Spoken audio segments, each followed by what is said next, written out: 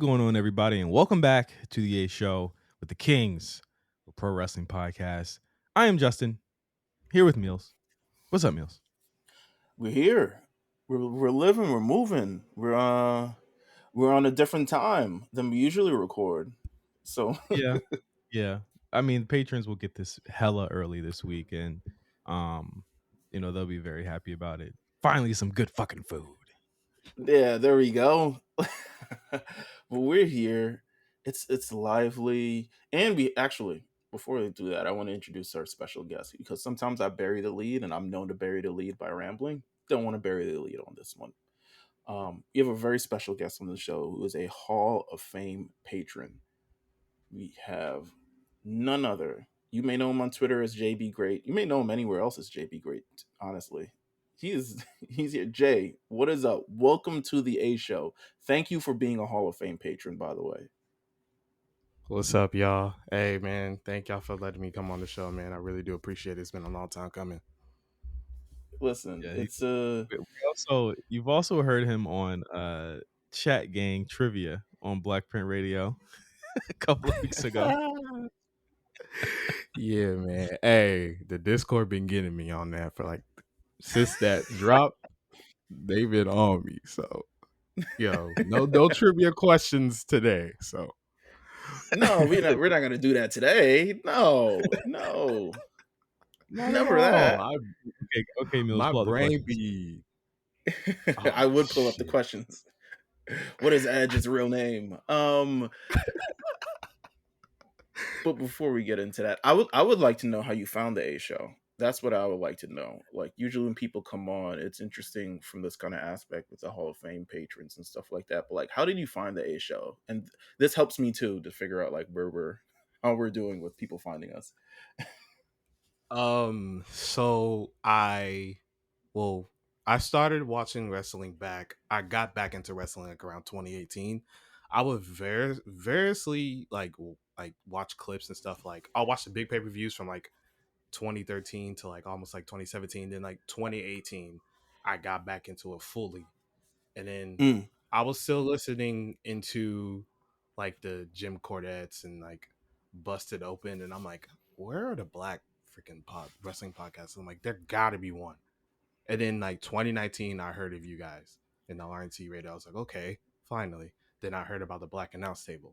Then I heard about the other ones. So, and then I just been following you guys since 2019, and then ever since then, I'm just glad I only listen to black wrestling podcasts now. So, hey, I Yeah, love that. that's what's up. I love that for you. That's amazing. That's an amazing story. And to be honest with you, it's a story that most people, I guess, will relate to. It's interesting yeah. now, like kind of like Justin. I feel like we could low key be pioneers in this little I the think Black we Wrestling are. podcast game. I really think we are. I think I've said it before on the show. I'm coming for all the flowers. You don't even got to give them to me. I'm so yeah, be great. Just kind of put it out there that we really need to start snatching the flowers away. But absolutely, I think it's important, and we say this all the time that we make it not just okay, but we make it accessible for people of color to make their own or listen to their own and stuff like that, because just for so long we've kind of had to deal with listening to other people's takes on things. And of course, obviously, we're blessed to have people like Jay that listen to us, but it's a honor to really kind of break through and make people feel as though they can be heard. Absolutely. So Jay, thank you for coming on our pod. And yeah, we got Appreciate a you lot of stuff having to me on here. yeah, we got a lot of stuff talked about this week. We got a lot of things to talk about. Um I don't know if I want to should we get right to it? I kind of have this thing that we were talking about before we hit record, Justin, that I kind of do want to get into a little bit, but do you feel like we should just head into considering everything that's going on? Let's let's ease them in. What did Okay. you have to talk about? What did you have to talk about? So I had to talk about, so essentially last night I was listening to the Dreams by the Game Okay. or however he's referred to now from the documentary. And I remember specifically, especially last night, because I've ran it back a couple times. I was like, I know this song word for word, bar for bar, cadence to cadence. I can rap it like the game. I can rap it like anybody else. And then I was just thinking, like, yo, what are the new songs? What are like the latest songs that I really know kind of like this? Like, what's the last song I really genuinely like know? And we were talking about this, and you had mentioned Search and what was the rescue. Drake song? You're right, you're right. We mentioned the Drake song "Search and Rescue," which is it was a grower on me. I really legitimately thought I was like, this is kind of like my initial thoughts of Search and Rescue by Drake was like, this is like one of those like Lucy's from like 2012, 2011 thing. Um, Even as Lucy's become but hits. as I listened to it more, I was like, yo, this is kind of popping. But that might be the only song that I like. That might be Drake might be the only artist who still kind of like makes songs that I feel like I know word for word, bar for bar. And I feel like I just listen to stuff now. But maybe I don't consume it enough to be able to like know the words. But like Justin, like what do you think? And Jay, you can step in anytime on kind of like how we consume music. And do we is it because of the way we consume music before, or did we have like a better connection to the songs, or just were songs just better back then? Like Getting older, I'm trying bro. to figure out. I'm trying We to getting feel it old. out for myself. We getting older, bro. I think that's what it is. As you were saying that, I was thinking of like another song that I might not have known the lyrics Anybody. to. Oh my bad. I thought J Pop was gonna talk. I thought J5 was gonna talk too, but here we are. I am. What do you mean? I to be honest, I think the music was. I mean, the music today, I think is. I don't know.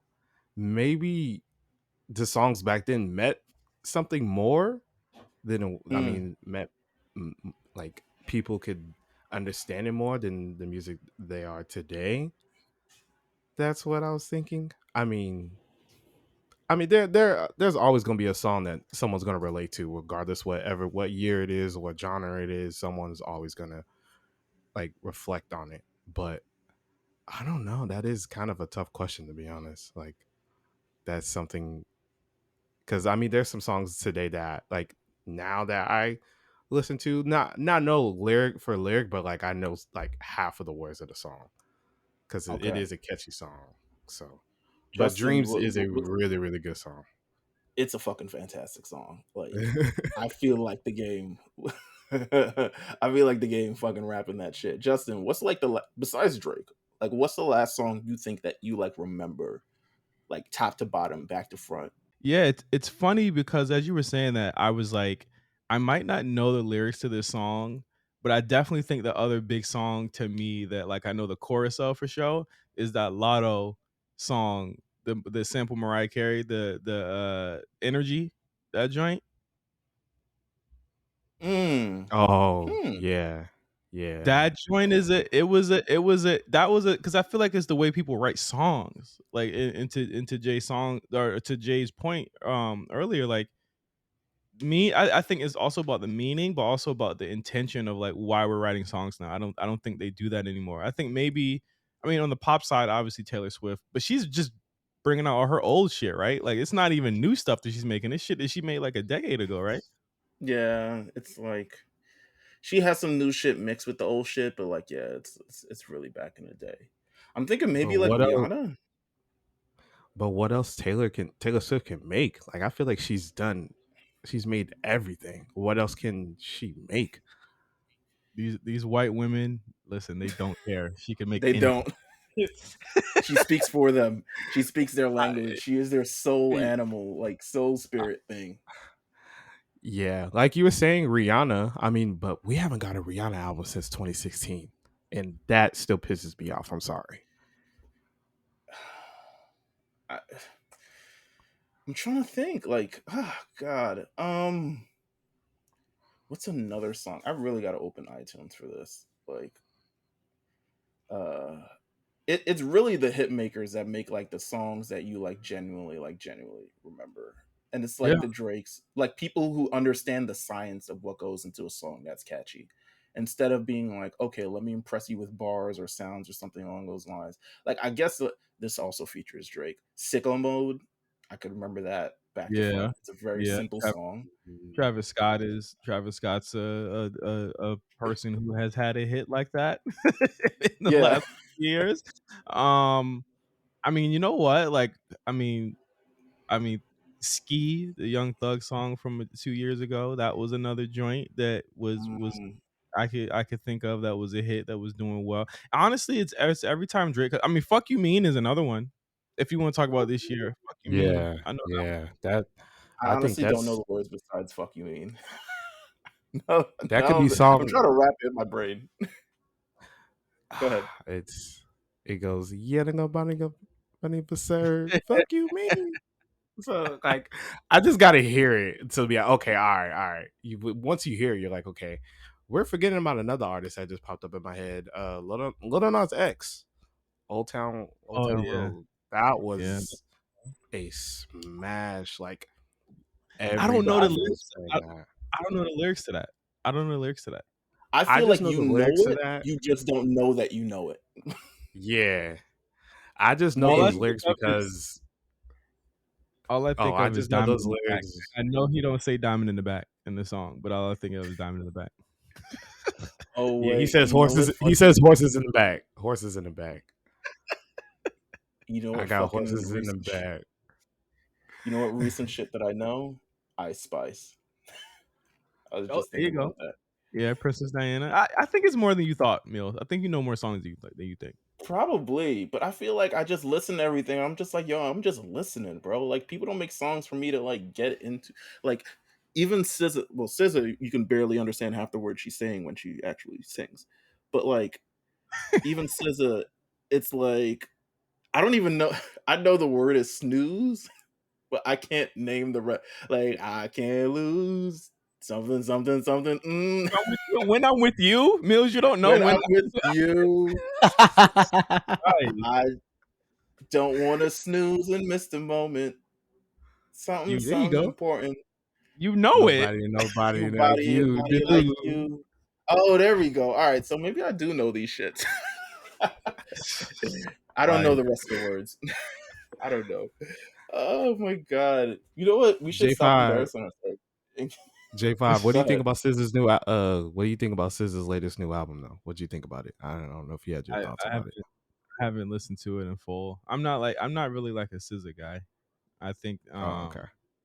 I'm not really like a SZA guy. Not nothing against her artistry. I completely respect and acknowledge that she is the tribal chief of R&B, you know, rhythmic right now. But Right. I'm just never been like a huge SZA fan. I think it's the legibility. Like I really can understand what you're saying, and I think that's an issue with a lot of new R&B. I feel like Mariah the Mm-hmm. Scientist falls into that trap as well, where I'm like, what are you saying? Like, like what do you mean? Like, I just think that it starts to sound the same after a while. But I do respect. Yeah. I do like that song she has with Florence of Florence and the Machine. That's a really it's a really good Yeah, song. that I is a like good it. song. That's a good song. But yeah, I haven't listened to that SZA album. I haven't gotten past like I listened to it in full once, and then I probably in latter listens, I probably haven't gotten past snooze in yeah. terms of like the actual track listing. Um, but you know, she's supposed to drop a deluxe or something, so I'm assuming she'll have more hits under her belt. Um, Final right? question Yeah, I was like, before we start. okay. Do we have any albums that we love this year? Because I'm really trying to figure out. I don't like an album, but there hasn't been an album this year where I'm like, I'm playing it on replay. There hasn't been one yet, is it? Do you guys feel like there's one this Surprising, year? surprisingly, I like a lot of albums this year. I think the quality of music has been kind of alright this year. I like the Paramore album a lot. That's definitely going to be in my top 10. Um, I really enjoyed Victoria Monet's album. That's going to be in my top 10. I still I haven't like listened the to that. I gotta listen to that. Yeah, like I like the Don Toliver album is for sure going to be at least in my top 3. The Don Toliver album is fantastic. I've listened to it all year. The Burner Boy album is really really good. I really enjoyed the Gunna album will be up there for me. It's not like my favorite project of his, but it's still a solid project.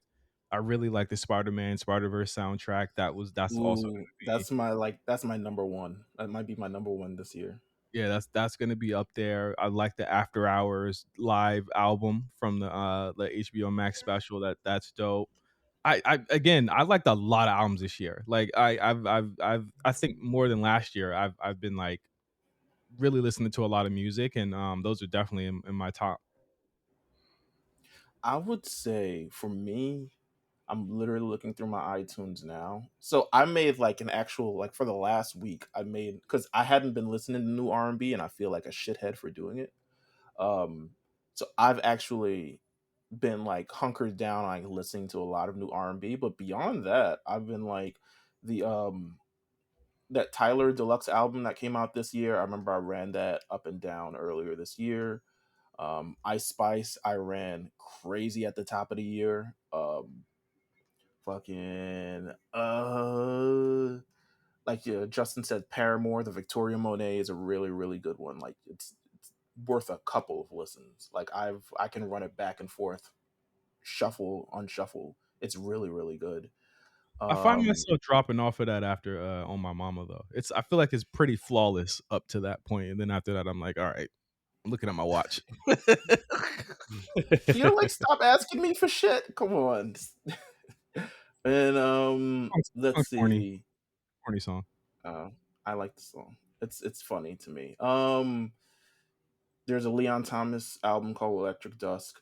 If you're like, if you're missing Frank Ocean, here's someone who is on time and ready and all this other stuff like that.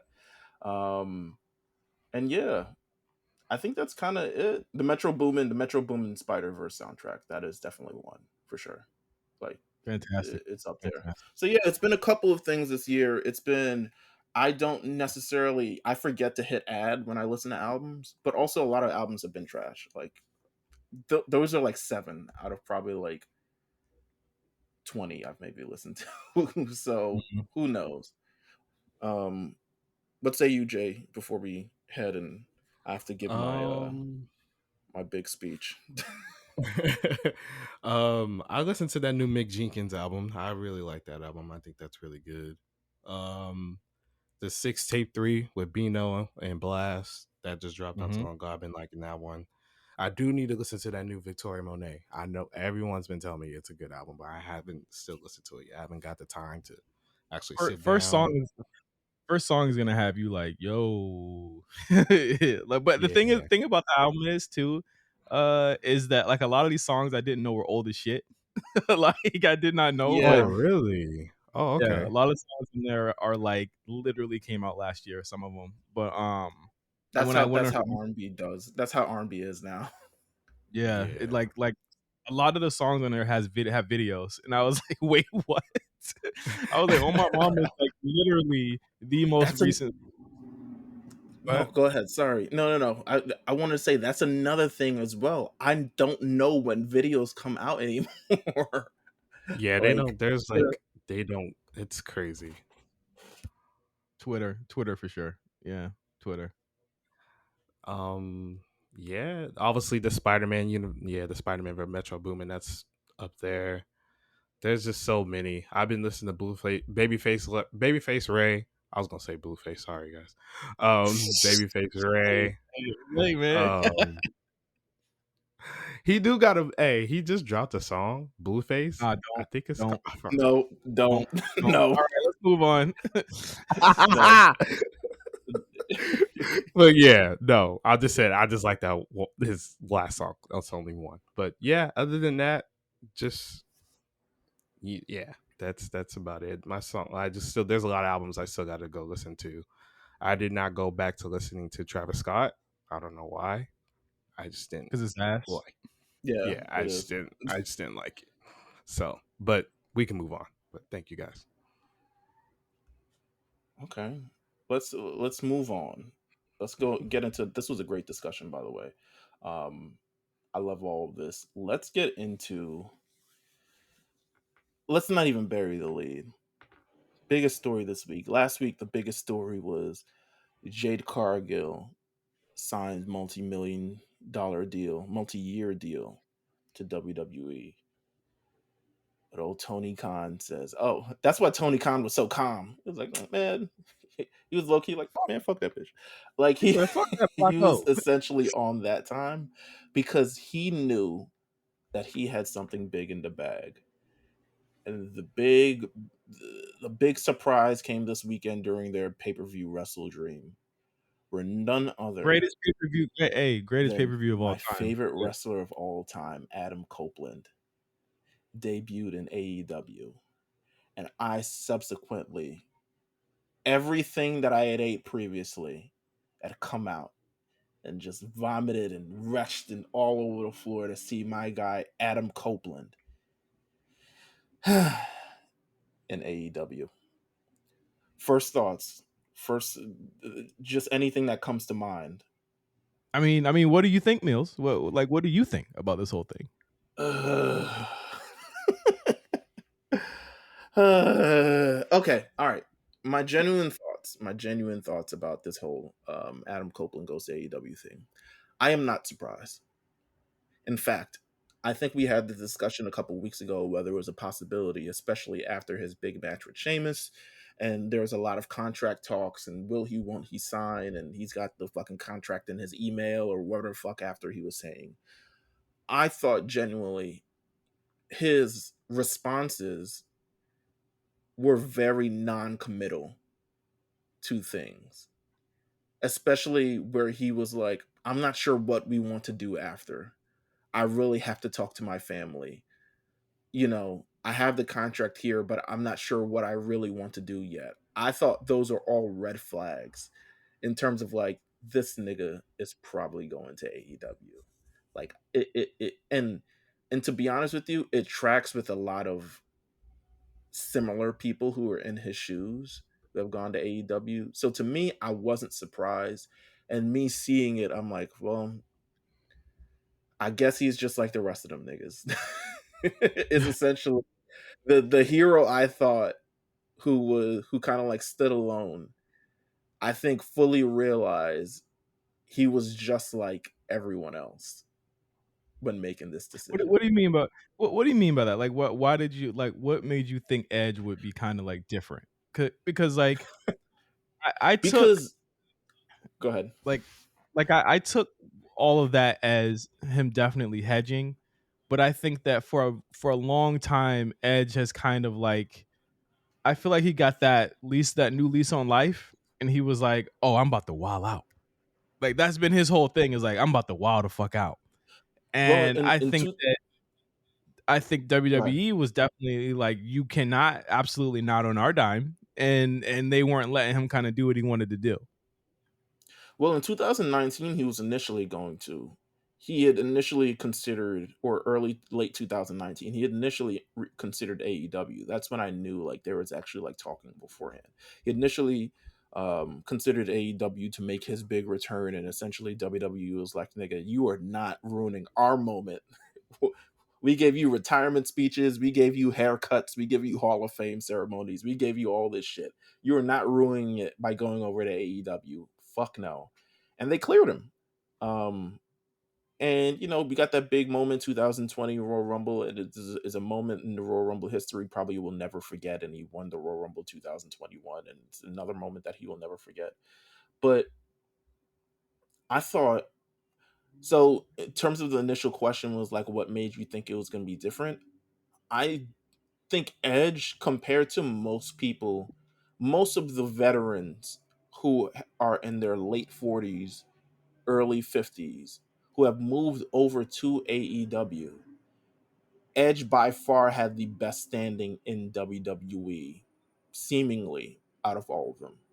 When you compare it to Christian, when you compare it to Big Show, when you compare it to Mark Henry, maybe even Chris Jericho in a sense. But I think Chris Jericho could probably still work in WWE today. But I think compared to all of those, Edge still had the best standing in terms of like being a top guy.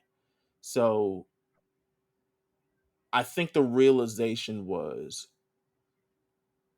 given and I think he had essentially the same kind of like he had the same thought process that again Christian has, Big Show has, Thing has.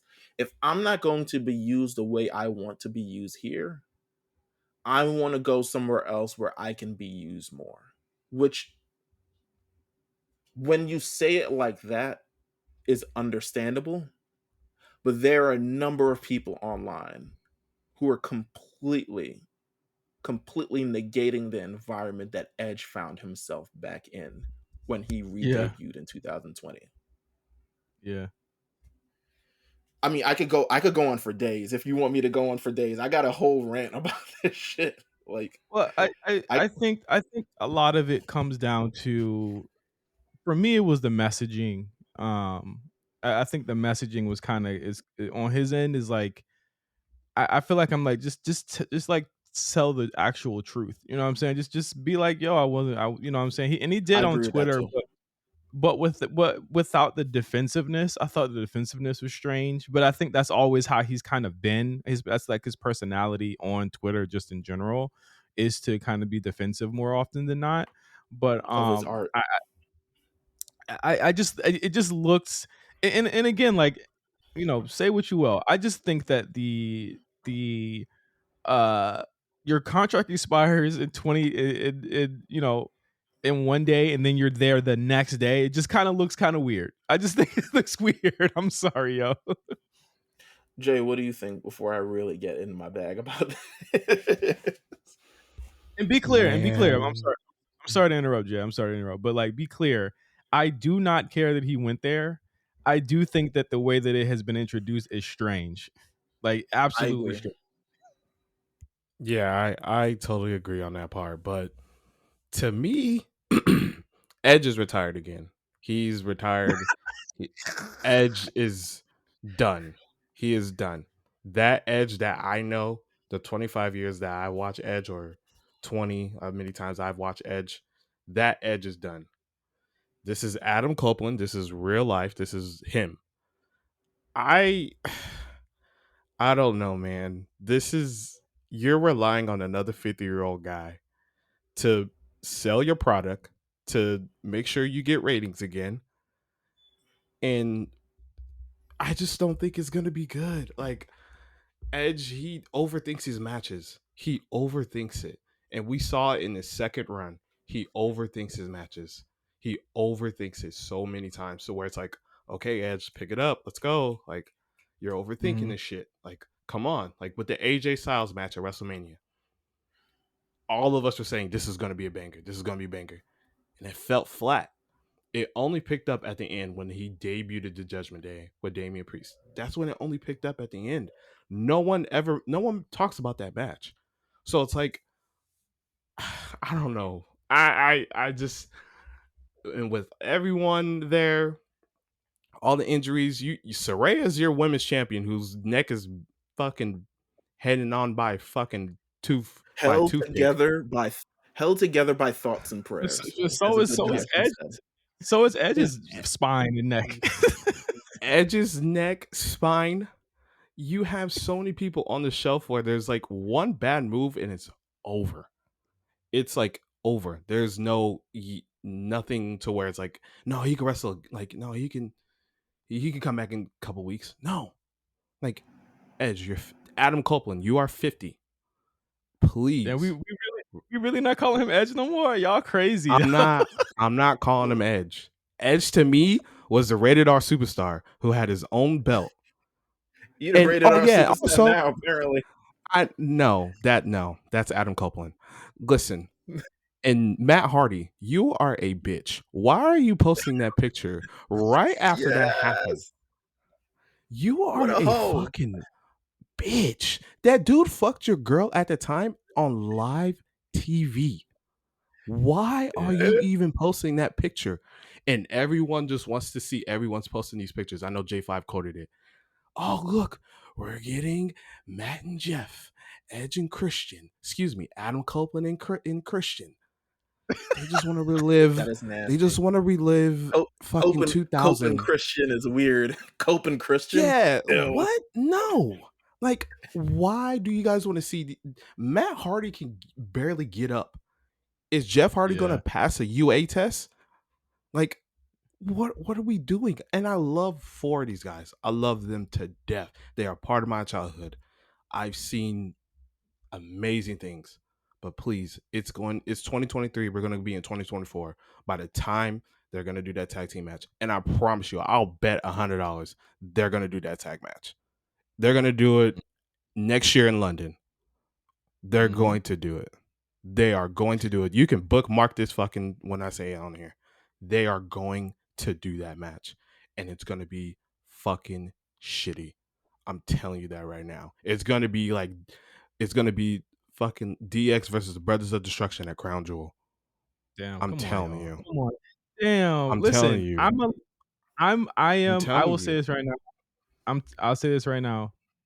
I am a lot less down on this whole thing than most people. Like I don't really honestly care, but I do think that there are two major things that do annoy me about it, and that is the people just changing up their whole tune about how they feel about Edge just in general, and the idea that like and you were there too, Meelz, you've seen this as well. Like, people used to say like Edge doesn't draw, he's not a draw, he's ass, like he's all of this stuff, all of these things definitely have been said about him before, and I think that it's funny how people are just forgetting that just because he's there now.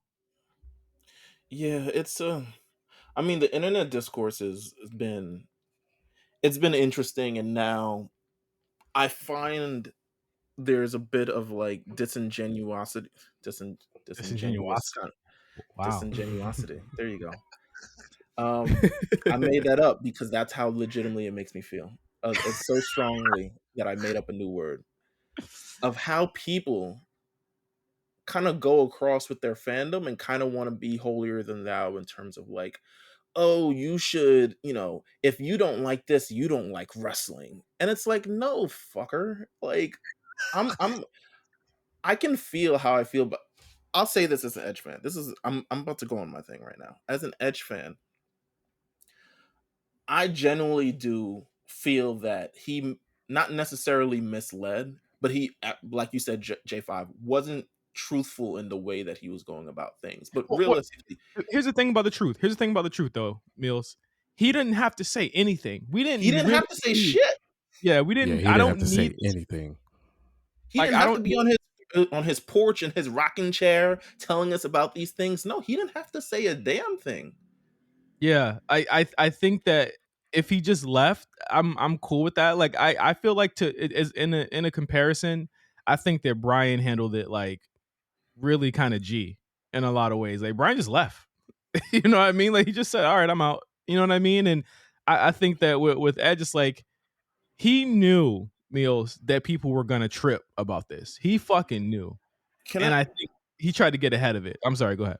Nah, because like these are the things that kind of like bother me about it because like I'm a fan who tunes into all of the content that Edge drops. And I still, don't get me wrong, I love Edge. Adam Copeland, still one of my favorites of all time. However, this is a man who is like, I don't know how much longer I can do this. It's getting harder to do this each time.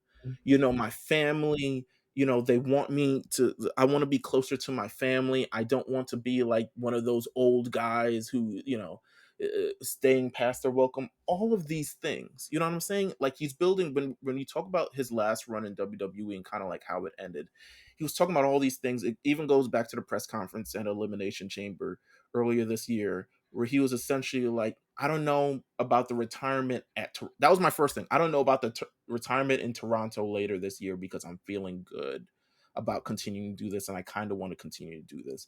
That was the first thing I said, oh, okay, maybe he's interested in something. And then the retirement went through because obviously WWE is going to market his 25 years. They're going to market his not necessarily his retirement match, but like this could be his final match. And the shit show of how they threw together that Sheamus match and why his last matches with Sheamus just in general just blows my mind. It to me felt like there was a little bit in terms of like, I know personally this is probably not how Edge wants to go out, but this is how he's going to go out because ultimately this is the environment he's in. Mm-hmm. So he says all these things, and he's kind of coming off as like, oh, I'm gonna retire. But in it, and you talk about the Bryan thing. Bryan ended his WWE run, and he took a couple months off and said, listen, I'm be with my family. But we always knew that there was a hope, that there was a chance that Bryan will go to AEW, because realistically, he wants to wrestle other people, and I think that was his driving force for going to AEW. He's in the WWE system too long. He wants to, before he fully retires, he wants to go out there and wrestle other people he's never wrestled before. Fine, he's been in WWE more than a decade, 15 years at this point. Edge, like you said, final match late August. The contract ends at the end of September, and he's there the next day. There is no way you had any time to think about this unless you were thinking about it way beforehand, unless you were having these conversations way beforehand, unless you were doing these things all way beforehand. It's not necessarily me being mad about him going to AEW, but it looks very sketchy in terms of like, you this don't sound like what you were sounding like. And then he makes his return, he does his thing, he has his big entrance, he's still got the music, all this stuff. Then he goes to the scrum and says, I finally feel free. And I'm like, brother, Free. he hit all the Mad Libs that I thought he was going to, because again, I know I've been following Edge for a long time. This is a large part of how he sees the business as artistry.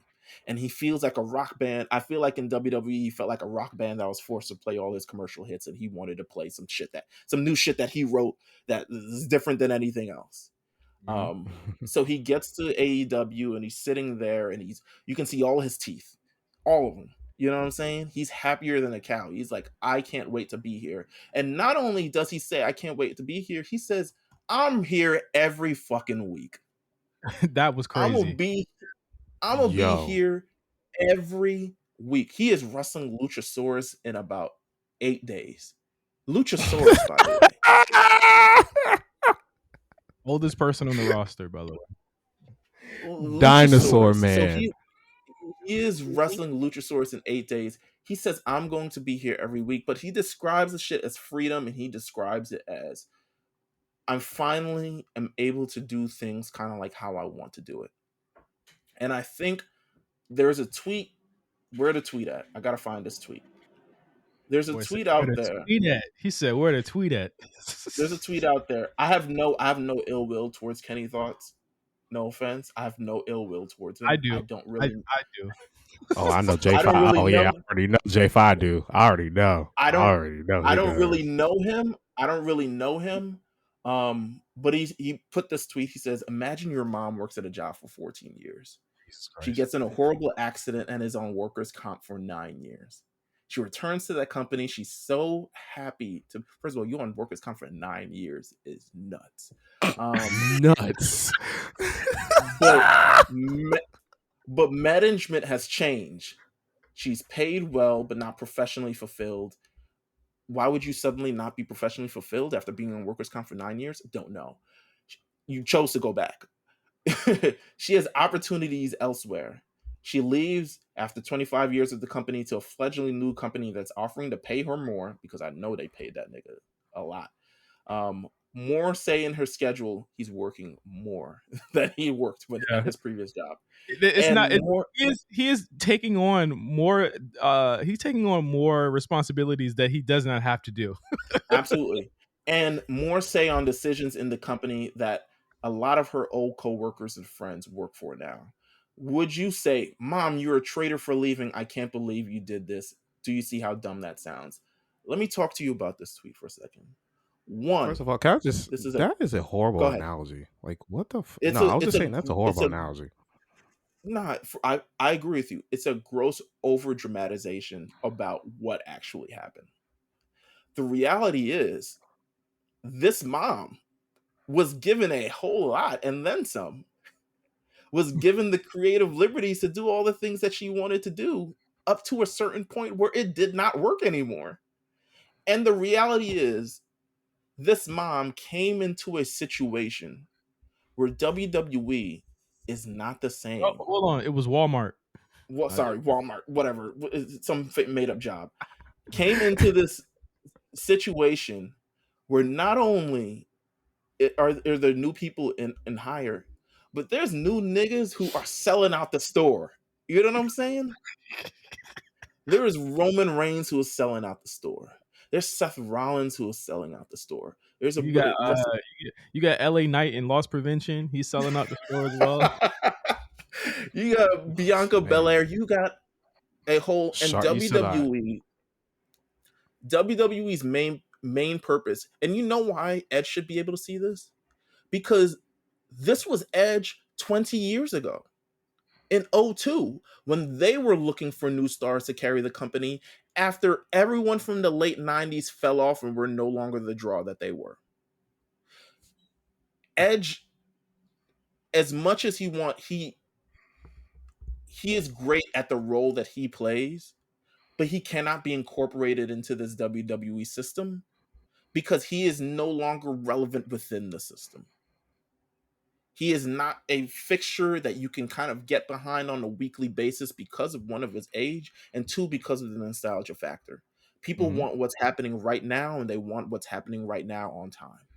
The Roman Reigns of the world, the Bianca Belairs of the world, the Becky Lynches of the world, those are what is pushing the company right now. And it would be crazy to say, I want to hitch my wagon to someone that we did it 20 years ago, who is 50 years old, who has had multiple surgeries, who got injured 2 months into his return. It would be crazy to do that. But you know what? They gave him the opportunity for once. And they did it with Judgment Day. And they say, here's the thing. We're going to add you into our ecosystem. You're going to have a role, and you're going to have a role next to these guys named Rhea Ripley and Damian Priest. And they are new, and they will make you feel fresher. And he walked around with hotel robes and all this other shit that I made fun of on Twitter, that the reason that got me blocked, because I legitimately thought his version of Judgment Day was not smart at all. There are too many things of where he was now. He's supposed to be like this evil, demonic character, but he can only get heat by insulting baseball teams or the crowd that he's in. There's a bunch of things wrong with that version of Judgment Day. So they said, nah, this isn't working. And I truly believe that is the moment he checked out. When the thing that he created was no longer working. And he said, you know what? This isn't for me. My contract is up in a year. That was soon after that, the SummerSlam after that, he was like, my contract is up in a year, and I'm trying to figure out what the hell I'm going to do after this. Because he was back to being the giant Cheetos guy with the sunglasses who was coming out and spearing niggas. I mean, giant Cheetos guy. That's crazy. Listen, man. I love Edge, but the reality of the situation is he fits in this situation. He can't fit in the situation because he can't fit in the current situation because of his history with WWE. So I understand why he goes to AEW. But realistically, where do you even fit in AEW? Where? How? How do you fit in AEW? Did you ever come to think about that? Like, how is this actually going to work? How does this stop from being it's just Edge, but in AEW? I mean, Where's the creative that comes into play where he does this? I think the red flag here is also that he like named a bunch of people that he's either worked with before or are like as old as he is. You know what I'm saying? Like I think that there is definitely ways that it can work. But I think that in general, you look at this situation and you say, all right, there are some young guys that he could work with, and I think ultimately, Meelz, he does want to help the business. I think I do believe that he does want to help, and I think he tried to do that with Judgment Day. However, it was a situation where it just wasn't tenable for him to do so. The way that WWE wanted to do it. I mean, you had Rhea Ripley, who was like the hottest thing since fucking anything, and then you had Edge there just kind of taking up space. You know what I mean? And I think he just didn't want to take up space, ultimately. And I can get that idea. I can get behind that. I just think that for a company that you just lost to, you lost a potential star that could have made, it could have been a turning point for you, especially looking at what WWE has. And then you lost one of your biggest draws. I don't think following it up with Edge is the best idea, because for one thing, we just saw him a month ago. And I think that if you had gotten him post retirement, it would have been the biggest moment in AEW history. But you got him, after all of, you know what I mean? Like kind of post that, and it just wasn't, it didn't hit as hard. You know what I'm saying? And I think, when it comes to how he's gonna fit, that ultimately is gonna shape everything. I I can't see. I can see how he can kind of move back, and I think because of Christian's kind of like career as being like the second thing to Edge, it makes him able to fit more, and he's able to be a lot more malleable with kind of like how he approaches things. Um, Edge, we've seen him try various things and it not kind of really work out, and you realize that people just kind of like Edge. Like Yeah. the guy who comes out and spears things Yeah. with the leather jacket kind of thing. Like most people, you're just like, ugh. And it's a sobering kind of thing to believe that you can try and you can be creative in some sort of aspects, but it may not necessarily work. But I kind of, before I finish, I want to go to the tweets thing because it's I just interesting. Go ahead. I'm sorry. Go ahead, Jay. I just want to say something too before you guys get to the thing. He has won every single feud except for one when his return back also. The only feud that he lost was against Roman. So like I don't know what this free thing that he was talking about. You created Judgment Day. You beat Seth. You had an amazing feud with Seth. You had an amazing feud with AJ Styles. Not amazing, I shouldn't say amazing, but you had a good feud with AJ Styles. You created Judgment Day. And I just feel like they just didn't want to do that spooky shit. Nobody does want to see the spooky shit no more. No, I'm just sorry. I don't want to see spooky shit no more. If I want to see spooky shit, I'll just go on Twitter or just pull up on something on like internet. But I think that just when they did that, like I kind of checked out too. And it was just like, all right, I don't want to see this purple lighting. I don't want to see this demonic kind of thing, black suit, all this kind of bullshit. I don't want to see this. I And think I'm glad that they changed them. Yeah, it was the first time in my career I kind of really did check out on like what Edge was doing. I was like, nigga, what is this? To the point where I was making fun of it every week because I was like, this is so weird. Um, but kind of like to end it, he drops these tweets and he says, I'm no longer with AEW. I mean, I'm no longer with WWE. My new name is AEW. I'm excited. Whole new roster, some familiar faces I wanted to work with again, and a whole set of first ever matches. Da, da, da. He's talking like he's 25, by the way. But he, Hey, it was just fed up. I'm fed up. I just feel like this isn't what it reads to me like the Pat Buck thing, where like I want to spend more time with my family, and then you just go work somewhere else. It's like, nigga, if you wanted to go work somewhere else, just go work somewhere else. Like you didn't have to put up all this rules and shit. But he says the odd mentality of one company or the other, and blah blah blah, and all this other stuff. And he's like, he said some relationships just grow apart, and I feel like WWE and I have outgrown each other. I wanted to do more. They didn't have much for me to do. Simple as that, and that's okay. You know what I'm saying? And that's a fair statement. But I also think the reality of it is like, I mean, it's not that necessarily. I would have been fine if he'd retired. I would have been fine if he took 6 months off and actually thought about it and then went to AEW. I'm still fine with him in AEW. I'm gonna watch the Luchasaurus match no matter what. Um, but I feel like Ew. this this was this was kind of like, it's kind of weird how you wait until less than 24 hours after your contract expires to move over. Feels like there wasn't necessarily kind of like a lot of thought into it, and a lot of these things retracts from the statements that you were kind of saying before. um It but sounded maybe really, that's how it sounded really defensive. I it I I, sounds. I agree. I wasn't a I big agree too. fan of the tweets because it was like, well, this tribalism stuff is whack, and I'm like, well, look at where Who you brought up went. tribalism, first of all? Yeah, like look at where you went. Exactly.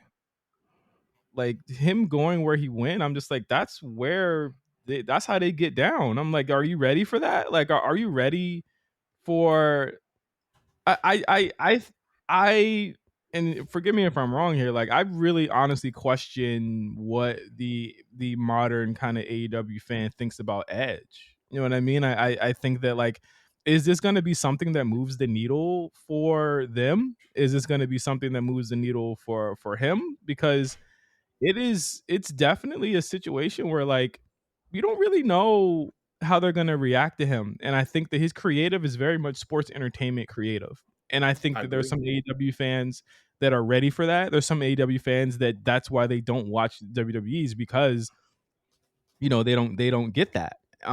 And I really wonder how that's going to work in It, terms of just how that comes off with Edge. it's weird because I've never, and this is I understand I'm being very very snarky with all of this, but it's the truth of the matter, and then it's also like I feel like some things where the truth was lost in a lot of this, and he was super defensive in the thing. Have you ever considered in your life Edge versus Kenny Omega?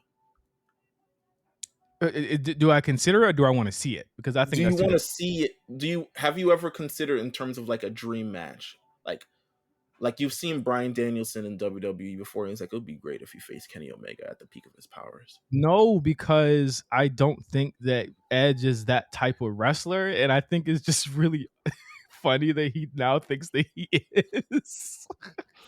I'm like, all right. Why? He's like, I haven't faced these guys before, and I'm like, bruh, you not them. You know what I'm saying? Edge Like, ain't never like, but I mean, his reverence and his fascination right. with indie wrestling has been there since he was, retired the first time. And I think that he said, I want to get out there and do what those guys are doing. And I think that it's just super interesting that he's taking, this big of a of a dip into the pool. But it's also like I don't know what it's gonna look like. We know what the AEW style is, but we also know that there are some people that don't work that style, but there are eventually people that do work that style. And I think that like Yeah. with Edge, it's like he's gonna end up fucking around and finding out. He's gonna end up fucking around and finding out, bro. And I think that's gonna be it's gonna be incredibly humbling for a lot of people that I don't know. What do people think is gonna happen other than them getting That's what I'm ratings? thinking. I don't think people have thought I- even that far of People like, what haven't. do people think? No, they see this as a move, but realistically, like, the question is, what do you think is going to happen with Edge and AEW? The best case scenario for him is Chris Jericho, and not necessarily feuding with Chris Jericho, but becoming a Chris Jericho character where you've assimilated into the system. He's gonna make another The worst faction. case, You guys think? yeah, he is. He absolutely is. Um, but the worst case So, scenario is like it The shit first looks thing weird. the first thing you do is put him against Christian and then team him up with some dorks. I don't know. but it sucks now because I know we haven't talked about Wrestle Dream yet, but we probably won't. But um, the Nick Wayne thing. I mean, he turned heel. Now you got to kind of put that in the back burner because It was lost Edge in the sauce debuted it. within the It next was 5 minutes. lost. Yeah, it was lost. You feel bad for the kid because it's like this is his really big moment. He's from Seattle or whatever. He's from there. Him and Darby Allin, and now that's kind of in the back burner because you just debuted Edge. So it's like, where do they go from now? Where do they implement that story eventually? Because you have to. Because I think Luchasaurus that is with story Christian. branches off. Yeah, I think that story. I think the Darby Allin Nick Wayne thing branches off, and the Christian and Edge thing branches off.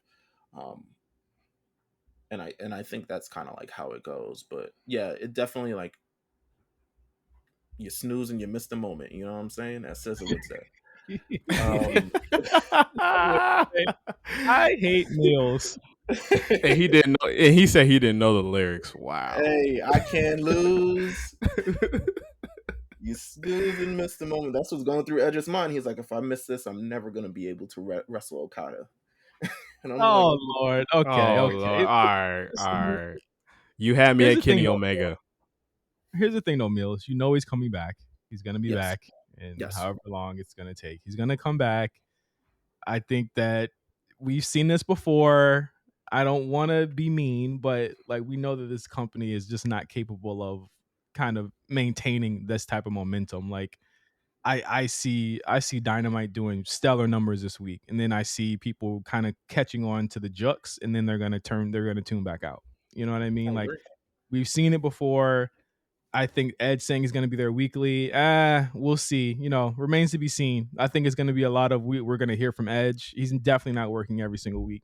But again, it's like you let Punk go. You brought Edge in. I think it's a good idea, if only because we already know that the Edge is a lot better, a lot more of a how do you say um kind of a nicer guy than Punk ever was. So it's definitely something that I think is going to go down easily for a lot of the people in the AEW, and I think they're ready I for don't think that. To, he's yeah, I don't think he's the disruptor like Punk is, and I think the disruptiveness of Punk is really what draws people there. I think yeah, he's gonna kind of like he's gonna pretty much just become another guy on the show. yeah, which I know that you don't want, and you never foresaw for him, but Yeah, but it is what it is. Let's move. We should probably move on. yeah, Move on let's, quickly. let's move on. Um, quick thoughts on NXT No Mercy. Jay, did you get to watch the show? Yeah, I got to watch the show. Really, really good show. Another great PLE for NXT. Illy, man, Dragunov is the new NXT champion. How do you guys feel about that? It was well done, and I think it told the story that it should have told. Just in terms of uh Carmelo, the story had been throughout the last couple of weeks. Carmelo, you really can't beat this guy. and I think that the match kind of showed that Ilya is on a different level than pretty much everyone. And I think that it was a fantastic match in that it we got to see a different side of Carmelo, and I've been very hard on him this year. I really have, and for good reason. I felt as though he could be better than what he was and what we saw at Stand and Deliver. And I think that he showed that, and he had a really fucking banger of a match with Ilya, who seemingly can't have bad matches with anyone. And I think they to me have a match of the year contender in a lot of ways. I really think their second match. So I feel like what the goal of the first match was supposed to toughen up Carmelo, Mhm. um, in the way that I think like the battles with Vader and Mankind toughen up Shawn Michaels. I gave him a Yes. little bit more grit. Um, but I think I don't know if it actually did happen. To be honest with you, he kind of like wrestles the same way. I would have loved to see a little bit more reckless abandon from him, like really saying like, "Yo, I really got to do whatever it takes to like kill this guy because he will not die." Mhm. So I would have loved to see that, but realistically, this was the best avenue for the story that they're telling with Mello and Trick.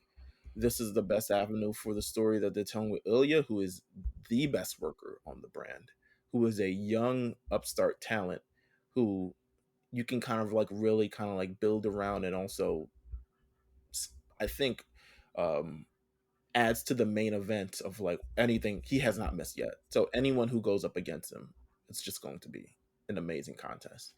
Um, I thought it was a really good show, and I thought it was a really good main event between Becky and Tiffy as well. That looks Becky painful.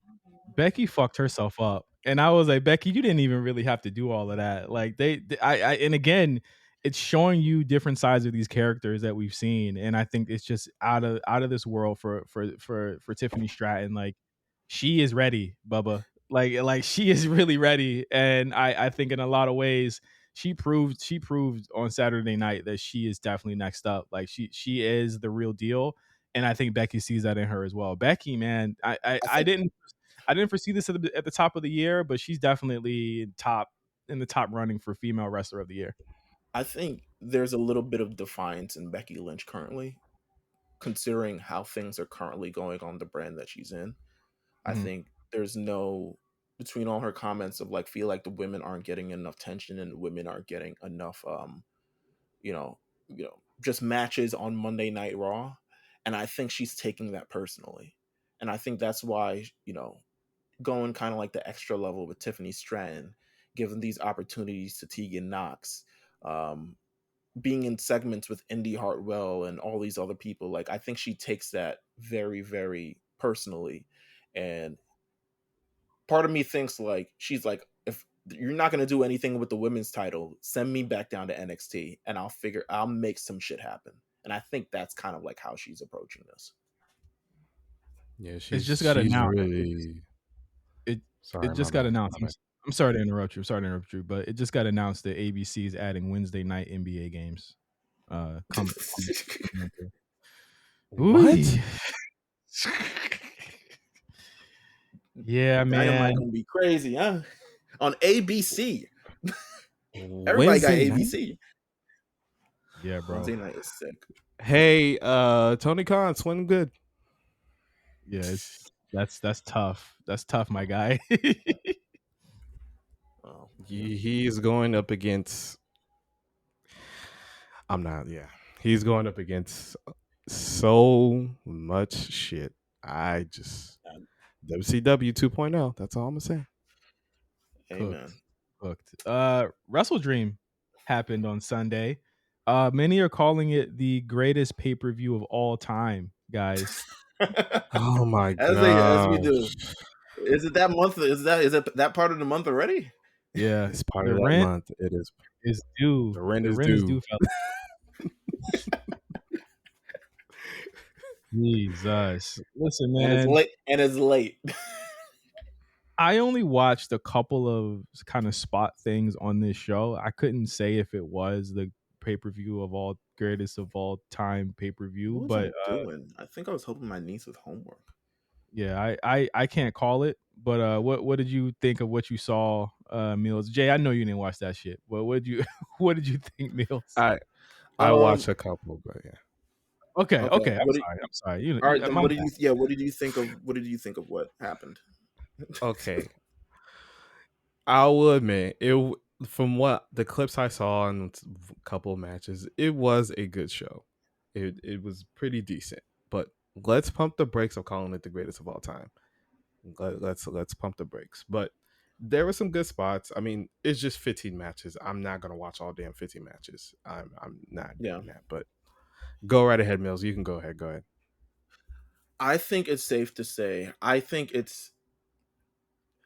I don't think it would be wrong to say that most of these people on this card are great performers in the ring, and that's why you get a show like Wrestle Dream, or really even the all out show, where people give rave reviews to the in ring thing, because the in ring thing is what AEW does best. If they gonna do anything, it's wrestle. Tell stories, not fully sure. Develop new talent, be good on that. Bring in old niggas, we got plenty, but to be in the ring, they got that, and I think they had a strong set of matches. I think the strongest, I would say, Swerve Strickland versus Hangman Adam Page. I think that was probably the strongest match on the card. Of course, Good job, Coon. Yeah. Bryan Danielson versus Zack Sabre Jr., which was the dream match that happened like three matches before the main event. Was solid, but I don't know if it lived up to the hype that everyone's gonna be, It was a good munching match. on. I It was saw. good. I saw the match. It was a really good match. I just hate that belt that he has. That belt is so damn ugly. It is God, nasty. that belt It is is so absolutely ugly. nasty. It looked like a piece of candy. The Christian versus Darby Allin match was even really good. I think when I look at this card, and I had the question on this kind of docket, looking at this card, is the next big wrestling star somewhere in AEW?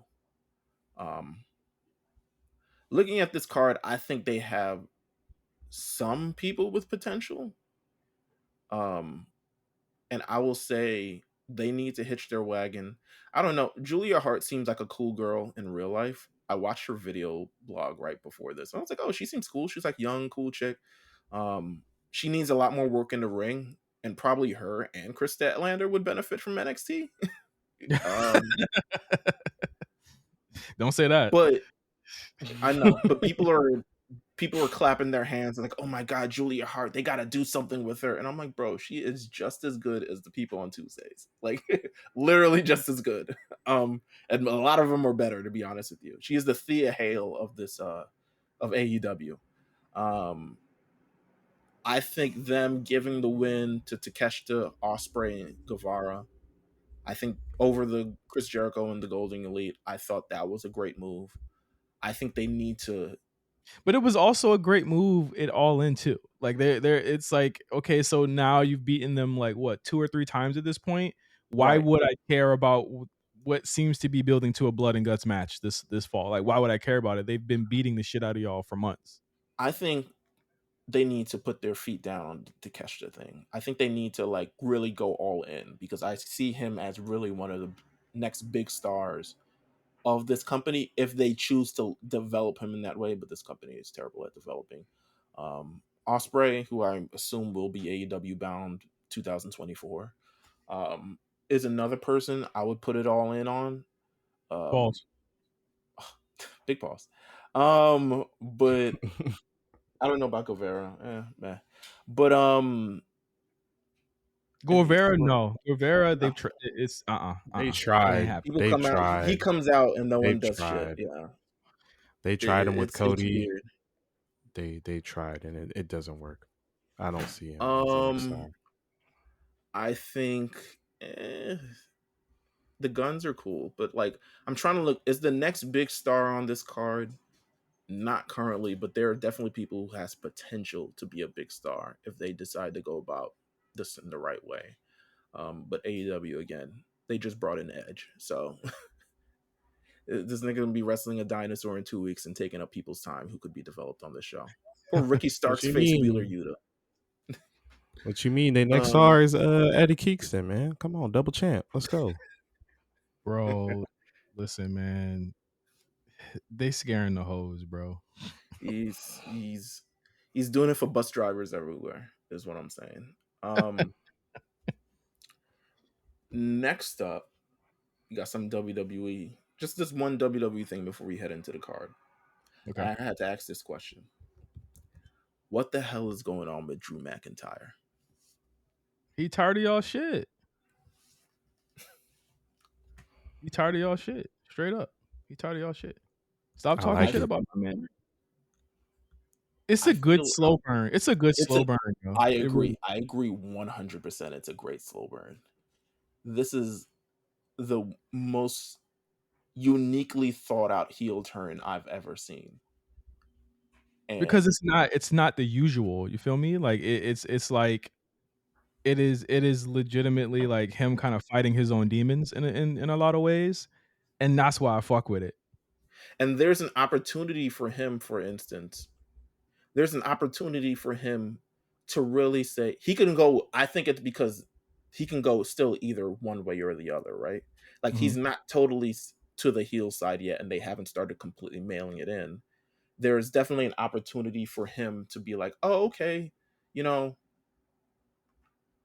I can make these choices and kind of like turn it around. I can side with Jay. I can side with Cody. But then there's the other part of him that's saying like, how much of this am I doing for me? And I think it's great they're having the Miz be kind of like the voice, the conscience, the conduit for all of this. Because that promo last night, I was like, whoa, he's spitting. Like you ain't need to read him like that. You know what I'm saying? And it wasn't the usual "you people" promo either. It was very much like I'm He not. still has the people support me. He was like the only people I answer to are still the people. Yeah, and I think that it's cool because it's gonna be like, oh, now y'all don't like me cheating, but y'all like Jay when he cheated. Y'all like Jay when he was whooping niggas' asses. Y'all like Jay. Well, he didn't say nigga, but you like Jay when he was whooping people's asses. You like, you know what I'm saying?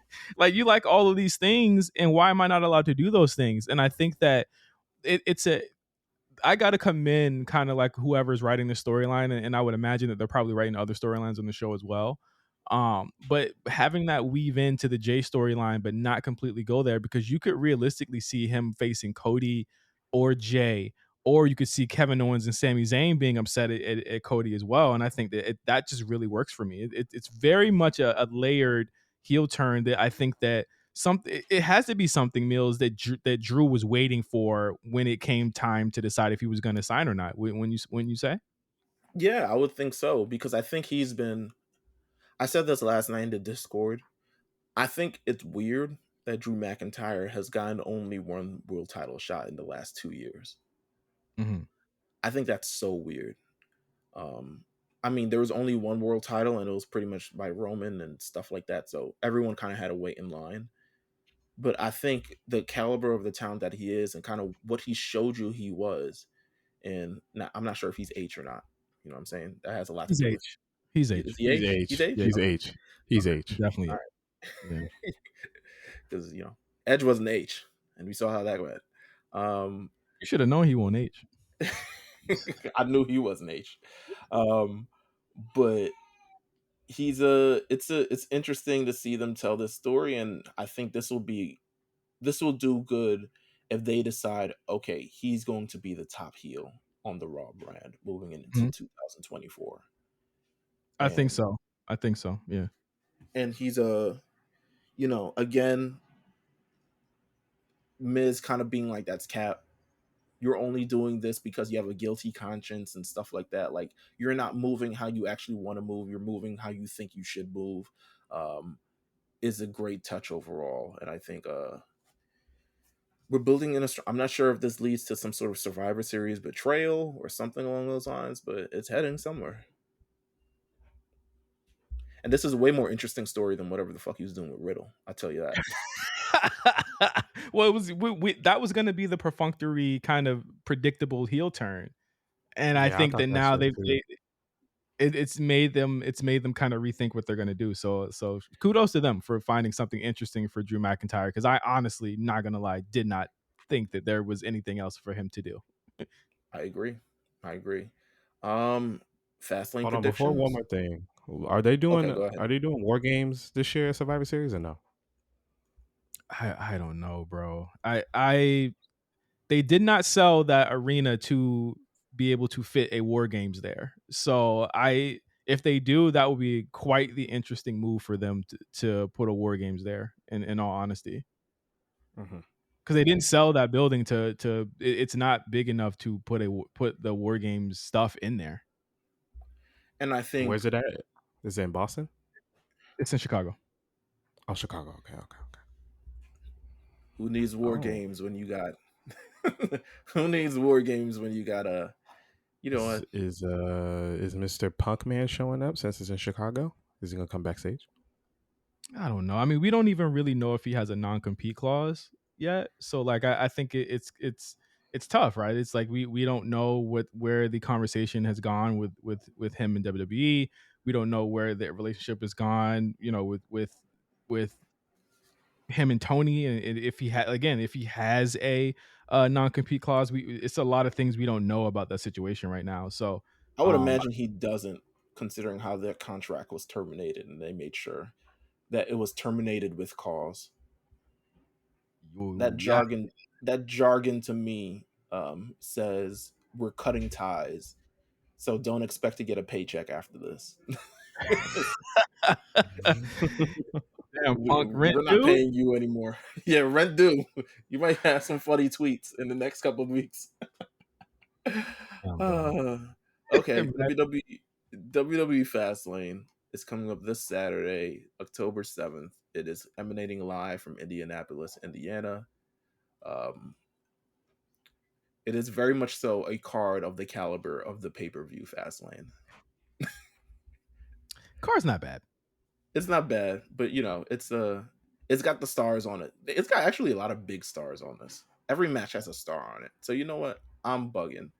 Um, but there's only 5 matches announced thus far. I expect something to be announced on SmackDown. Um, I don't know why I'm expecting it. I just do. Seems like 6 matches would be better. Um, And but we should get in. these matches look like they're gonna go long too. Like, Yeah, Mm. these matches. All right, so let's get into the first match. This one yeah, was just announced Monday.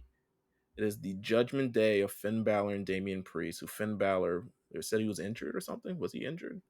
gotta be Cap. Big cap. Um, Cake. just using a sick day. Um, Finn Balor and Damian Priest versus Cody Rhodes and Jey Uso for the undisputed WWE Tag Team Championship. It's interesting we still haven't heard what Cody's supposed to say yet. But do you think there's a real possibility that Cody Rhodes and Jey Uso walk out undisputed WWE Tag Team Champions? No. No. Yeah, no. I don't think No. so. Hmm. I don't think so. I think that it's more likely that we get more questions about what Jay's whole, role is in this whole thing. I think that the idea right now is you want to make Cody now the person that is questionable um on Raw, where it's like, okay, can we trust Cody at this point? And I think that to me is a more worthwhile story to tell throughout this. I agree. What say you, Jay? What do you think about this encounter and kind of everything they've been doing with Uso and Rhodes? Yeah, Jey Uso he's over. He is extremely over right now with the main event thing. I just think that Judgment Day walks away from this because it just makes perfect sense. It just doesn't. Cody doesn't need the tag titles. Jay definitely doesn't need the tag titles. Like he just got them off this year. So I think Judgment it Day would all be day. interesting. I think it would be interesting to see like Jey Uso tag team champions with someone else.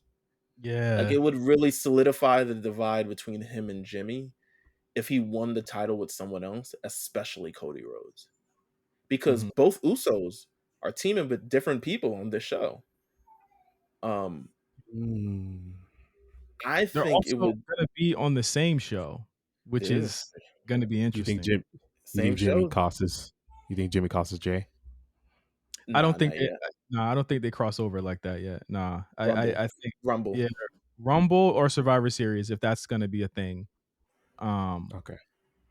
there's going to be a lot of different avenues and ways that they can connect in the next couple of months. So it does seem to me like it's full speed ahead to Uso versus Uso. Right. And, Right. and to be fair, Cody Rhodes and Jey Uso will also be on SmackDown this week, as they announced on the show. So there's a lot of things brewing. I'm gonna. I know. Listen, I'm gonna pick Cody Rhodes and Jey Uso for funsies because Okay. I really do think it would be interesting to see them as tag team champions, even if for a short while. And it looks like we're kind of getting some cracks in the whole Judgment Day kind of thing with Rhea Yeah, back this week. that's a good point. Also, um, I think if you're gonna do the cash in, which I'm gonna be real, I absolutely think, and this is spoiler for later, but I absolutely think Seth is it's time for him to drop the title. And I think if you're gonna get the cash in, Fastlane is the show that where people aren't really thinking about it. This is a way where you could get people to talk about the show. Absolutely, look, man. We Yeah. drop it. We lost. Y'all lost, not me. Not my belt, I, nigga. I yeah, I love that kind of energy. Um, let's head into the next match. Just announced on SmackDown this week. Latino World Order (LWO) is going up against Bobby Lashley and the Street Profits. Street Profits make their uh, had to kind of like really solidify their allegiance this week. They really did it. Bobby Lashley, I like his character now because I feel like he's an unassuming, destructive force. Like, there's something where like, don't let the suits follow you; he will kill you. Don't let the suits fool you; he will kill you. Um, and there's something about that I think is cool. Um, whereas Dawkins and Montez Ford are just wearing suits to me. But where Bill- where do you feel this? I'm on a roll. Where do you feel like? How do you feel about this? Where do you feel like it's going? Is there any implications with Ray and Santos? Like, how do you feel like this is all gonna go? Um, I think you kind of have two stories to tell here. One of them being you got to solidify the Prophet's heel turn and whatever they're going to be called. with Bobby Lashley now. But also you have to also solidify the fact that this Ray LWO thing is going to come to an end. I think that the Santos face turn, you got LA Knight, you got a lot of big baby faces on the show now. You don't really need Santos to be carrying up that that mantle any longer. And I think that you have a way more interesting show if Santos is, realistically the biggest heel on the show. What say you, Jay? Yeah, man. First of all, I want to give him a big shout out to Santos and Ray for that United States Championship match this past Friday. Hell of a match. Yeah, really Um, good. yeah, you have to solidify this the heel Profits turn. I'm giving them the win. I'm gonna go Bobby and the Profits, and I think you start seeing the seeds. You start seeing the seeds starting to turn a little bit for LWO because Ray did not help them when the Profits came in at the end of the match. Ray was on the outside, so He that got his could ass be whooped. that could be. I'm just saying, but also that elbow that he gave to, I forgot their names on Friday night when they did that Joaquin brawl. Phoenix. Joaquin. Good lord. Yeah, bro, that's what I'm saying. The unassuming part of it. Like, who knew? This man in I the was like, weirdest a non-collared blazer. All I was like, where you get that from? You know what I'm right. saying? That's but yeah, fashion you on a have different level. yeah. I'm going Profits and Lashley for the win. Okay, I'm going Lashley and Profits for the win as well. I'm gonna go there too, for sure. All right, we better all bet on black this week. Um, the next matchup is a triple threat match for the WWE Women's Championship. Man, where have we heard this before? Io Triple. Sky, Io Sky defending against who guessed it, Asuka and Charlotte Flair for the WWE Women's Championship. Man, where have we seen this before? Um, Listen, How have you felt about EO's reigns thus far? I think that's really the big conversation. How have you felt? she's having the reign of a Money in the Bank winner. Yeah, it ain't the real Yeah, reign. It's It's yeah, not the this, real one yeah, yet. yeah, it ain't the real reign. It's yeah, not the real reign yet, but she had a great match with Asuka last week. I thought it was tremendous. One of my favorite matches of the year. Um, I'm sure the match with Charlotte, they were like, yo, you got to spend more time in the ring with Charlotte. I'm sure they had an earmark for Fastlane. It was like, let's throw Asuka in this. Um, I'm interested to see where this ends up. There have been, well, I don't know. I don't want to say about the rumors yet because I don't think it'll matter for this pay per view. What are the rumors? Kyrie. Ah, okay. I Oh, don't know if it'll matter for this pay per view. There has to I be don't. something on this show that make people talk, and I don't know what it would be, but Kyrie would definitely be one of those moments if that were to happen. If Kyrie, I keep saying it like Kyrie Irving. If Kyrie shows up and will give Oscar back the title, I think that would be great. But Io Sky is having a very Money in the Bank thing. It could end at any time, to be honest with you. Yeah. yeah, To be real with you, it could exactly. be over here. This is Oscar and Charlotte we're talking about. I think if Charlotte was going to win, they would make a bigger stink about 16 times. So I don't think it's going to be Charlotte. I think it's very likely maybe Asuka, but I want to say Io Sky retains here, and then we move into the full Charlotte program. Yeah, I think they haven't gotten enough juice out of the squeeze on EO's reign yet. So I'm willing to say the same. Yeah, Yeah, I'll go with Io. I'll go with. I was gonna say Io Shirai. Sorry, Io Sky for the win. absolutely. Absolutely. Uh I wonder what you're gonna say about this one. John Cena and LA Knight versus the Bloodline, Jimmy Uso and Solo Sikoa, and a regular ass tag team match. What you think about this, Meelz? Hey man, I want to know your thoughts on the Yeah. LA Knight, the LA Knight, the superstar. You The know, megastar, the LA Knight. one, I've been holding on to this. Contract negotiations. There's been some rumors about it. Mm-hmm. There's been rumors he hasn't signed yet. Looking for a little bit more. This looks like a pretty good indication that they want to try. It was like, all right, let's see if you can Let's see stand what alongside John Cena and look like the mega star. let's see what it looked like. This is definitely the let's see what it looked like match. Uh, Yes, listen, it I Let's see know. really when does. John Cena's yelling at you from the apron. Can you feel? Can you? Can you survive that? Can you Listen, deal man. with that?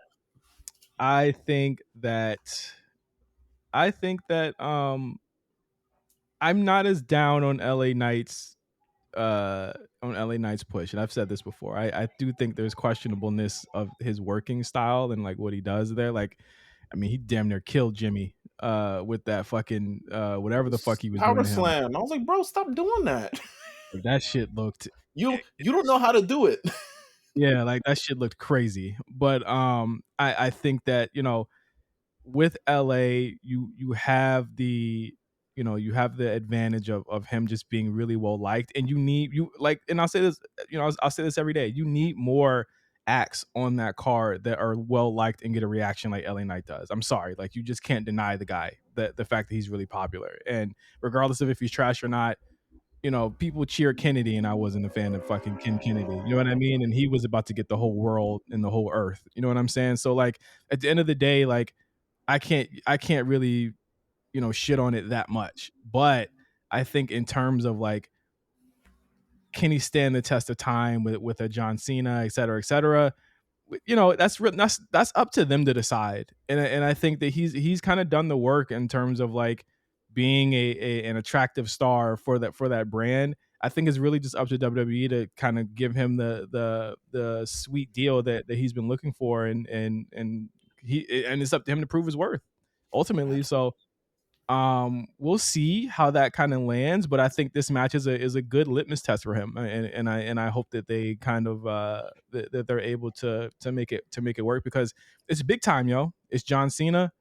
It might be on a B show, but they're treating their B shows like A shows. I mean, like that's just what it is now. So um if it don't work out, because the theory, here's where I think it's gonna play out. I think LA is going to be the hot tag guy for sure, and I think that in being the hot tag guy, he's going to definitely kind of elicit that reaction every single time. But it's also what happens in the ring that's going to be the most important part. And I think that H and Nick and all of them are going to look for the John Cena book report on LA Night after this is over, and we'll see what he says.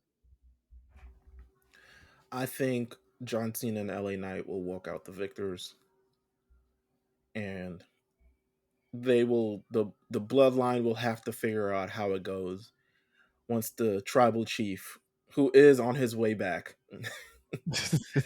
returns to SmackDown. He's Because like Jimmy Goku. been running like, He's like Goku when he was coming back from King Kai's. Like he's just on the yeah, way. he's just on the way. You know what? Since SummerSlam. So yeah, I think John Cena and LA Knight win. What about you guys? I think the same. No doubt about it. And maybe like Yeah, Solo beats the shit out of John Cena or something. yeah, man. Um, This is a huge test for LA Knight. This is sink or swim for him. This is Mm-hmm. literally sink or swim for him. Yeah, I'm going LA Knight and Cena. Big shouts out to Solo, man. Cena going up against Umaga now. This is Wow. probably a cool moment for him. So big yeah, shouts out That's to it's dope. like Solo. LeBron James playing everybody's sons. Exactly. So it's like, um, hey, you wrestle against my dad. I beat up your daddy. I tore his ass up with that ring post. I tell you I, what. bro, I choked his ass out with a rope. It's- So just know we're making a callback for that match. Breaking news, a little bit of breaking news. oh wow.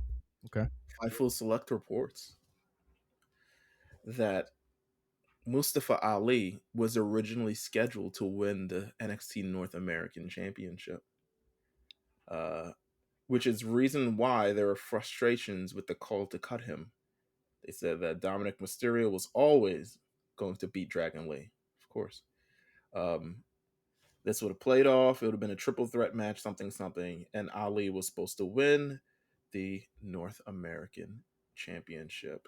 As we know, Big Trick Williams, North American champion. Can't say it didn't work. Can't say all's well that doesn't end well. You know what I'm saying? Listen, man, I love us. Right? Right? Don't we? Oh my God. I love What a us. Hey, villain origin story. damn, Ali. You used to be helping the Hey brothers out. man, Shout out to listen. Ali. Little TBS title, little international title. Ain't gonna hurt. He gonna You be a wanna go to the cop. main event, Justin? Yeah, let's get to the main event. Main event, from what it's looking like, it's going to be Seth getting his first main event with this fucking title. Seth Rollins versus Nah, he Shinsuke. had won the last pay-per-view, right? Yeah, his Oh last yeah, pay-per-view. oh yeah, it was. So this would be his second one. So shout out to him for that.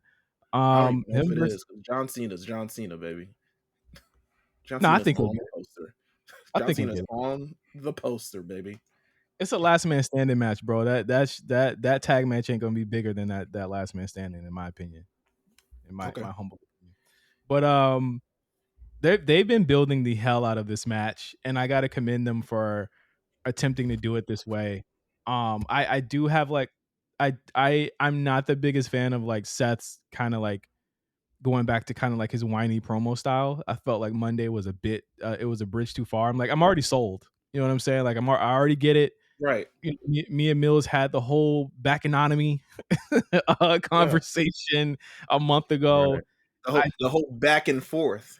Yes, the whole back and forth a month ago. We get it. I understand. It's to a point where it's almost like they heard me and was like, "Yeah, we're gonna defend the hell out of J5 here." Yeah. But J5 booking here. Yeah. but I mean, you know, I think it's gonna be a good. I know there's been like a lot of like what can I say I mean, again, back and forth about the quality of that match from a month ago. But I thought the match was good a month ago. I was not mad at it at all, and I think that Shinsuke, I don't want to say depleted, but as you know, as he is now, I think that his character work has been really really good during this feud. I think it has been good, but I think we needed to I think the back thing was kind of established, but now we've kind of been like continuing to establish shit for like 2 months. And I feel like the story could have gone in a much more personal direction. Yeah. Uh, Well, he talks about his daughter. You know what I mean? yeah, What's Nakamura gonna do? Give Rue the fucking Kinshasa? shit, maybe I talk about Shit, he might. find some new shit. But I think yeah, I think it's this will be a fine match, and That's a nice way. this will be a fine last man standing match. And Seth is gonna be in his Cena bag, his Cena in '08 bag of Mhm. being marred by some sickness or arm decapitation and still win. So Does the cash in happen in your opinion? Does the cash in happen? I think this is the best place for it to happen. And Absolutely. they like to do this shit around Survivor Series too. They like to do a lot of Yeah. title changes in October, November, to be honest with you. So I wouldn't be surprised to feel like if Damian Priest wins it and then Seth wins it back. I don't think Seth is like needs to go to Mania with this shit. I hope he doesn't go to Mania with this shit. Like that is like my true hope is that actually does not happen. But yeah, that is the show. Wait, I what did you? Who did you have? Well, does everyone have Seth? I think I have Seth too, but he'll get cashed in on. Jay, what Yeah, about you? I got Seth also, but I believe I was before J5 even said it, like before we did predictions. I was gonna say Damian Priest has to cash in. I have a feeling he's he's been teasing it. The way he's been acting on Raw and stuff and all that, I have a feeling that this is a perfect time to do it. Either way, which man who wants it. I mean, Seth is probably going to win it, but whoever, if Shinsuke wins it, then it's a perfect time to do it. So yeah, but Seth is winning. We most likely get a cash in. All right. All All right. right. That is the show. Fastlane reporting on Saturday. Are you going to be watching Collision, Meelz? Nah, I'm high key no longer a Collision guy ever since Punk left. It's been it's just been bad Man, vibes all around. I thought you were the Colliders, man. I guess I was a Punk guy. I guess I was. I was a Punk guy. I liked the direction when he had the show. Listen, Collision in the dirt currently. Ratings lesser than Rampage. I was like, how does that happen? WWE pay-per-views, bro. You Hey, think man. you're hot. You think you're hot until, you know, Well, somebody good for punches Punk you. good for Punk for punching that guy. They would have blamed this on him. You know what I'm saying? No, not good for Punk for punching that guy. Anyway, JayBeGreat, thank you so much for being on the show and being here and talking through this Edge thing. I know this was something that was on Meelz' mind, but thank you for being a Hall of Fame patron, and again, thank you for being such a fucking bright spot in the Discord as well. And you know, we love the Real Wrestling Chat Discord. Shout out to everybody in there, and yeah, thank you. Thank you guys again. I'm just glad to be on a platform like this, and I appreciate all you guys' time. Thank you so much. Of course, man. Where can they follow us, Justin? They can follow us at OGJohnny5 on Twitter and Instagram, at Meelz TV on both as well. And I think JayBeGreat, you're JayBeGreat everywhere as well. Hey man, JayBeGreat everywhere. Just holla at me. Yes, sir. So for Meelz and JayBeGreat, I'm Justin. Thank you guys for listening to the A Show. And we'll talk to you guys next week after Fastlane, spooky season. And it might get even spookier for them AEW ratings after next week. So we'll see you guys next week on the A Show. Peace.